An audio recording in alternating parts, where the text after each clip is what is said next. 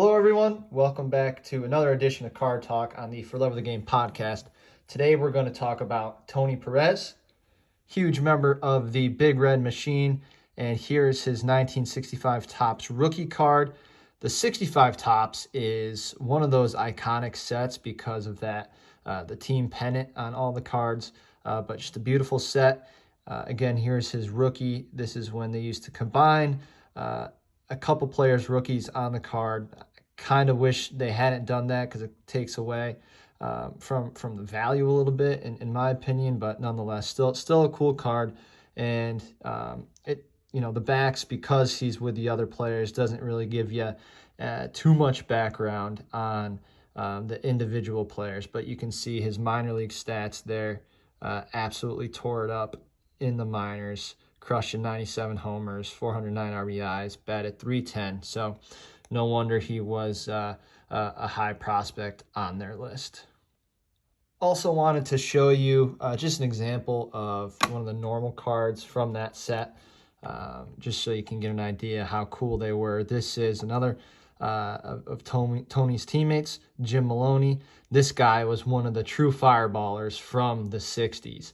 And as you can see here, I'll show you some of his stats. 1963, he had 23 wins and struck out 265 guys. Jim also threw 2 no-hitters, so pretty impressive to say the least. And as it says here, just to give you an idea how fast this guy threw, he once struck out 8 batters in a row. So pretty cool. And again, just a cool card. Some of my other favorites, wish I had them in the set. Mantle, Pete Rose, Sandy Koufax, Tony Oliva, Hank Aaron, and Tony also shares 65 with a few other Hall of Fame rookies. Just to note, Joe Morgan, his future teammate there, Steve Carlton, and Jim Catfish Hunter.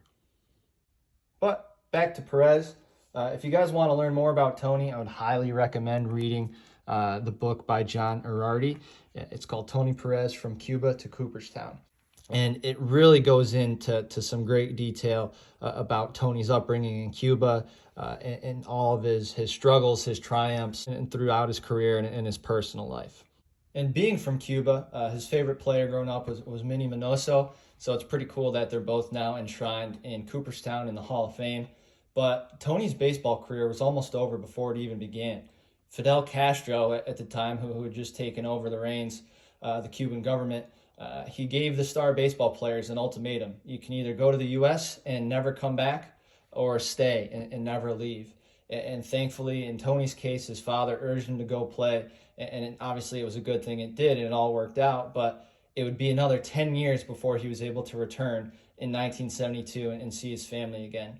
So you add that up, with the normal grind of the minor leagues, being in a new country, trying to learn a new language, the odds weren't in his favor. So it's pretty remarkable what he was able to accomplish.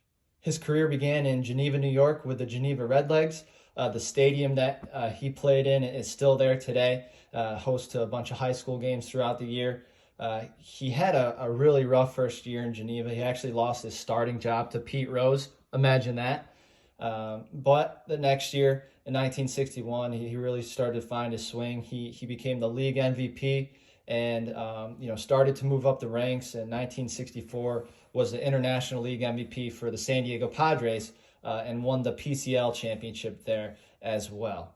His first couple seasons, he was a platoon player with Cincinnati, and it wasn't until 1967 that he really took off in the bigs. He was selected to the All-Star game that year.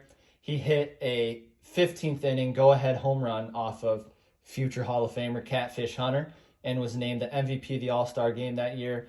And he's even said it himself that this is one of his proudest personal achievements in his whole career. And he would go on to have a stellar career. He had over 2,700 hits, 379 home runs, 1,652 RBIs, 505 doubles, scored 1,272 runs, was a 7-time All-Star, and obviously won 2 World Series with the Big Red Machine. And I'll end the video with a fun fact. Tony still holds the record for the best offensive season for a 43-year-old in baseball history.